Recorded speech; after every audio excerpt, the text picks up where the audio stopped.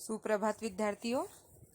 आज की तासिका में हम देखेंगे आज का सुविचार। मन के भावों को व्यक्त करने के लिए भाषा की आवश्यकता होती है।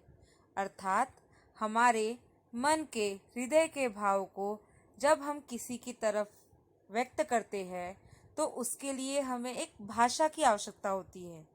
भाषा यह हमें बातचीत करने के लिए, वार्तालाप करने के लिए, एक दूसरे के मत समझने के लिए, विचारों को समझने के लिए, आदान प्रदान करने के लिए आवश्यक होती है।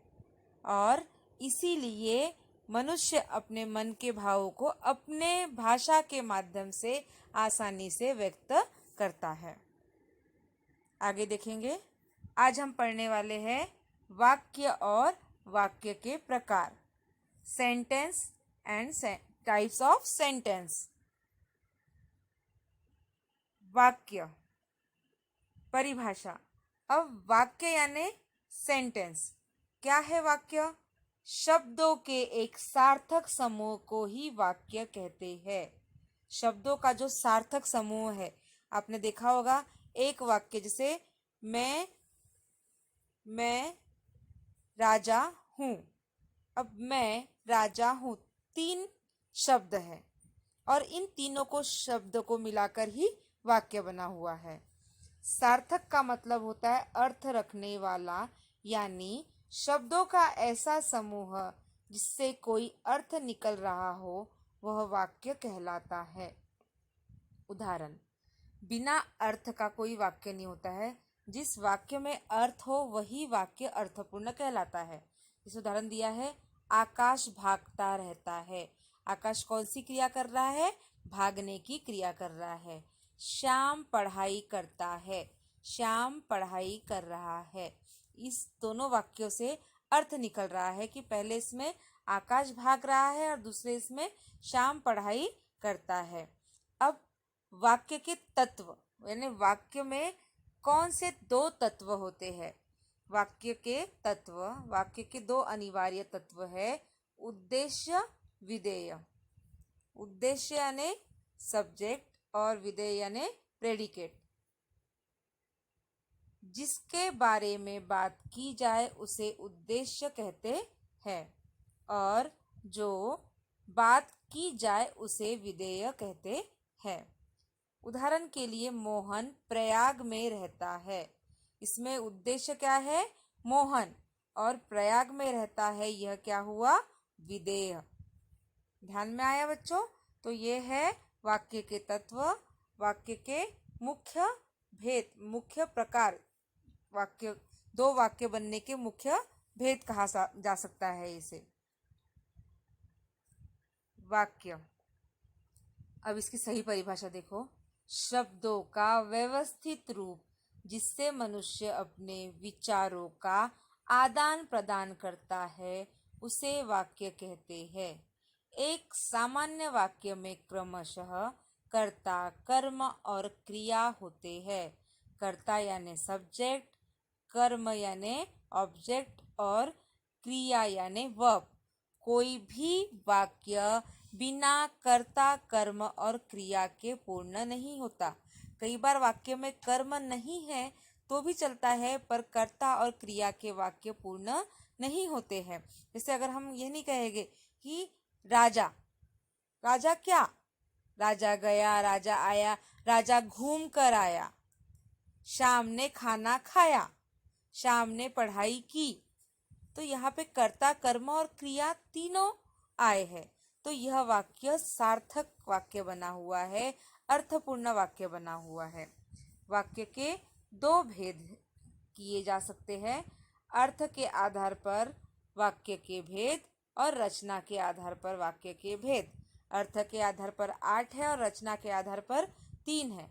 अभी हम रचना के आधार पर ही वाक्य के भेद पढ़ेंगे और उसी पे आपको स्वाध्याय दूंगी।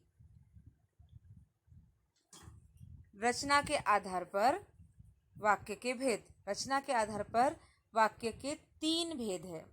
पहला सरल वाक्य, संयुक्त वाक्य, मिश्रित वाक्य या मिश्र वाक्य कहते हैं। दूसरा है अर्थ के आधार पर वाक्य के भेद। अर्थ के आधार पर वाक्य के 8 भेद होते हैं। विधानवाचक वाक्य, इच्छावाचक वाक्य, आज्ञावाचक वाक्य, निषेधवाचक वाक्य, प्रश्नवाचक वाक्य, विस्मयादिबोधक वाक्य, संकेतवाचक वाक्य और संदेहवाचक वाक्य।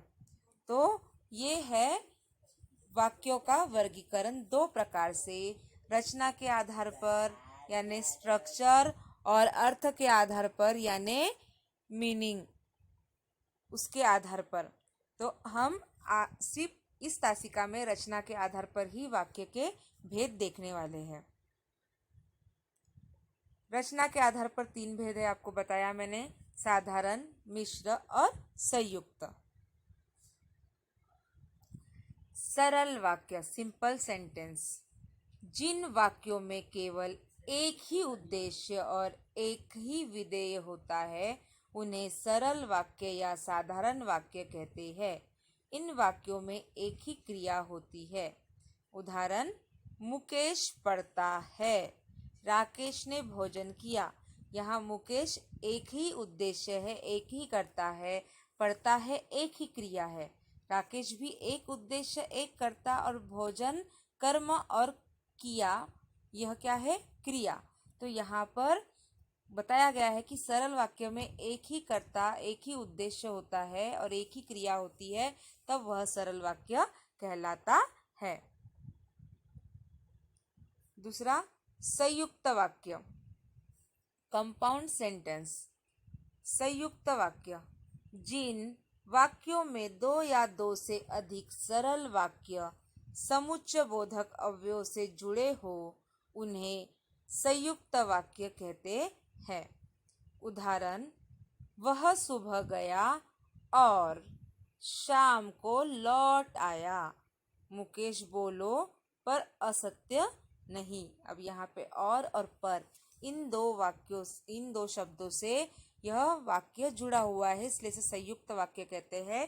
यहाँ बताया है समुच्चय बोधक अव्यय और, तथा, किंतु, परंतु, अथवा, या, ये सब समुच्चय बोधक अव्यय है और इनसे जब वाक्य जुड़ते हैं तो वह संयुक्त वाक्य कहलाते हैं। तीसरा है मिश्र वाक्य, जिन वाक्यों में एक मुख्य या प्रधान वाक्य हो और अन्य आश्रित उपवाक्य हो उन्हें मिश्रित वाक्य कहते हैं। इनमें एक मुख्य उद्देश्य और मुख्य विधेय के अलावा एक से अधिक समापिका क्रियाएं होती है। यानी यहाँ पर एक मुख्य वाक्य होता है और उस पर आश्रित अन्य उपवाक्य होते हैं। जैसे, जो ही उसने दवा पी वह सो गया। उसने दवा पी वह सो गया। अब वह डिपेंड है सोने पर, किसने, दवा पीने के बाद वह सोया। तो यहाँ डिपेंडिंग सेंटेंस जैसा भी हो जाता है यह। यदि परिश्रम करोगे तो उत्तीर्ण हो जाओगे। मैं जानता हूँ कि तुम्हारे अक्षर अच्छे नहीं बनते। तो ये सब मिश्र वाक्य है, अर्थात कॉम्प्लेक्स सेंटेंस है। अब हम इसके ऊपर आधारित आपको स्वाध्याय दे रही हूँ। स्वाध्याय के अंतर्गत आपको वाक्यों को रूपांतरित करना है। ठीक है, तो अब हम नेक्स्ट वीडियो में वाक्य रूपांतरित देखेंगे।